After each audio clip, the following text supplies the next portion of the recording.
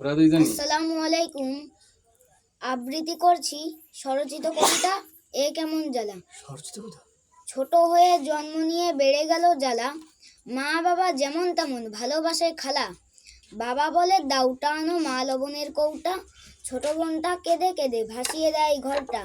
সুখের নেশায় ব্যস্ত জীবন, পরিশ্রমে ঘেরা সবটা, মা বাবার মনটা পেতে কেটে গেল জীবনটা। সবাইকে ধন্যবাদ। আবৃত্তি করছি স্বরচিত কবিতা স্মরণীয় উৎসব।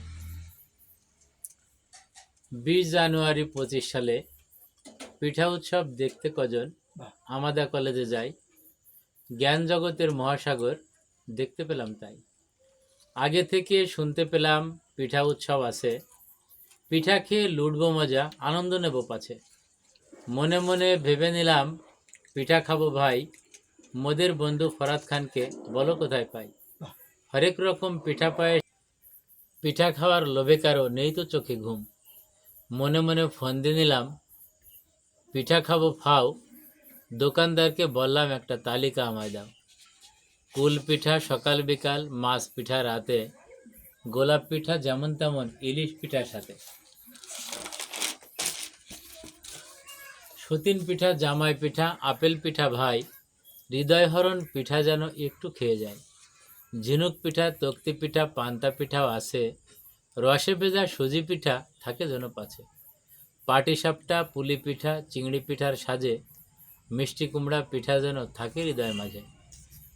তাল, আনারস, কাজললতা, ভাজা পিঠা ভাই, শামুক পিঠার নামটি আমি জন্মে শুনি নাই। দুধ চিতাই, ধনে চিতাই, রস চিতাইয়ের গুণ, ভাপা পিঠার গন্ধ যেন করলো আমায় খুন।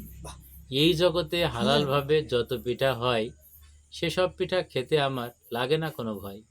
ঝাল পিঠায় ঝাল বেশি আর মিষ্টি পিঠায় গুড়, এসব পিঠা ভক্ষণে মোর রোগ পালাবে দূর। সকলকে ধন্যবাদ।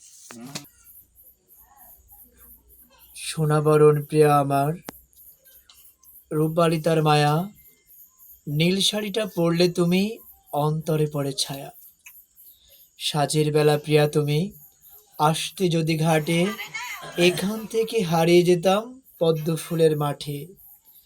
উদাস দুপুর ফাগুন বনে, কলমিলতার মেলা, কথায় কথায় ফুরিয়ে যেত তোমার সারা বেলা।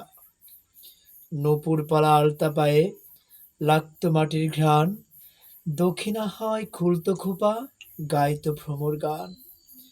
কাজল মাখা তোমার চোখে থাকবো চেয়ে আমি, হাত বাড়িয়ে ধরলে তোমায় লজ্জা পাবে তুমি। সকলকে ধন্যবাদ। শুনছিলেন আমার স্বরচিত কবিতা রূপালী তার মায়া।